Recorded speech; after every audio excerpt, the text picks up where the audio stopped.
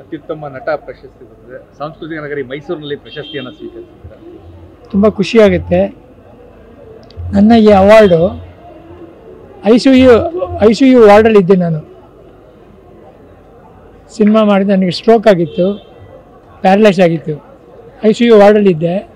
ನನ್ನನ್ನು ಕರ್ಕೊಂಬಂದು ಸಿನಿಮಾ ಕೊಟ್ಟರು ನಿರ್ದೇಶಕರು, ನಿರ್ಮಾಪಕರು ನಿಖಿಲ್ ಮಂಜು ಅಂತ. ಪಿಕ್ಚರ್ ಕೊಟ್ಟು ಇವತ್ತು ಐ ಸಿ ಯು ವಾರ್ಡಿಂದ ಚಲನಚಿತ್ರ ಪ್ರಶಸ್ತಿ ಅವಾರ್ಡ್ವರೆಗೂ ಬಂದಿದ್ದೀನಿ. ಇದರಿಂದ ತುಂಬ ಜನ ಇದ್ದಾರೆ, ಅವರೆಲ್ಲ ನನ್ನ ಕರ್ಕೊಂಬಂದವ್ರೆ. ಇದು ಅವರು ಸೇರಬೇಕು, ನನಗೆಲ್ಲ.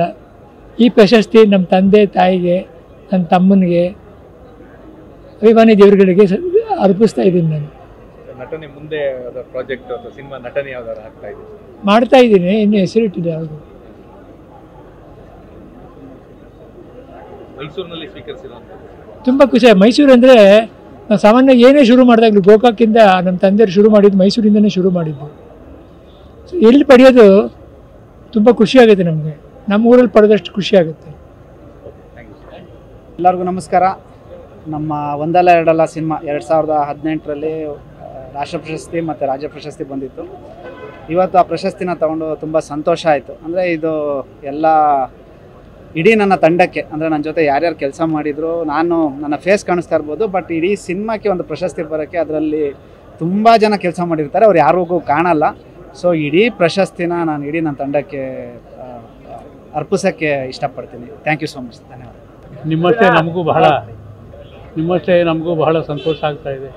ಏಕೆಂದರೆ 2018ರಿಂದ ಇವತ್ತಿನವರೆಗೂ ಪ್ರಶಸ್ತಿ ಸಮಾರಂಭ ನಡೆದಿರಲಿಲ್ಲ. ಈ ವರ್ಷ 18 ಮತ್ತು 19 ಇಸ್ವಿ 2 ವರ್ಷಗಳು ಒಟ್ಟಿಗೆ ಸೇರಿ ಈ ದೊಡ್ಡ ಸಮಾರಂಭದಲ್ಲಿ ನಮಗೆಲ್ಲ ಪ್ರಶಸ್ತಿ ಕೊಟ್ಟಿದ್ದಾರೆ. ಅದಕ್ಕೆ ನಾವು ಘನ ಸರ್ಕಾರಕ್ಕೆ ಆಭಾರಿಯಾಗಿರ್ತೀವಿ. ಇಂಥ ಒಂದು ಪ್ರತಿ ವರ್ಷ ಆಯಾ ವರ್ಷವೇ ಕೊಟ್ಟರೆ ಬಹಳ ಚೆನ್ನಾಗಿರುತ್ತೆ ಅಂತ ಮುಖ್ಯಮಂತ್ರಿಗಳು ಮಾತಾಡಬೇಕಾದ್ರೆ ಇನ್ನು ಮೇಲೆ ಪ್ರತಿ ವರ್ಷ ಆಯಾ ವರ್ಷದಲ್ಲೇ ಕೊಡೋದಕ್ಕೆ ನಾವು ತೀರ್ಮಾನ ಮಾಡಿದ್ದೀವಿ ಅಂತ ಹೇಳಿ. ಸೊ ಹಾಗಾಗಿ ಎಲ್ರಿಗೂ ಅನುಕೂಲವಾಗುತ್ತೆ. ಯಾಕೆ ಅಂತಂದರೆ ನೋಡಿ, ಈಗ 2 ವರ್ಷದ ಕೊಟ್ಟಿದ್ದರಿಂದ 2 ವರ್ಷದ ಸುಮಾರು 70-80 ಜನ ಗೊಂಬೆ ಆಗಿಬಿಡುತ್ತೆ. ಆಯಾ ವರ್ಷದ್ದೇ ಕೊಟ್ಟರೆ ಸ್ವಲ್ಪ ಎಲ್ರಿಗೂ ಖುಷಿ ಇರುತ್ತೆ, ನೋಡೋದಕ್ಕೂ ಆನಂದವಾಗುತ್ತೆ. ಸೊ ಇಂಥ ಒಂದು ಸಮಾರಂಭದಲ್ಲಿ ಭಾಗವಹಿಸೋದಕ್ಕೆ ನನಗೆ ಬಹಳ ಸಂತೋಷವಾಗ್ತಿದೆ. ಕರ್ನಾಟಕ ಸರ್ಕಾರಕ್ಕೆ ನಾನು ಧನ್ಯವಾದಗಳನ್ನು ಅರ್ಪಿಸ್ತೀನಿ. ನಮಸ್ಕಾರ.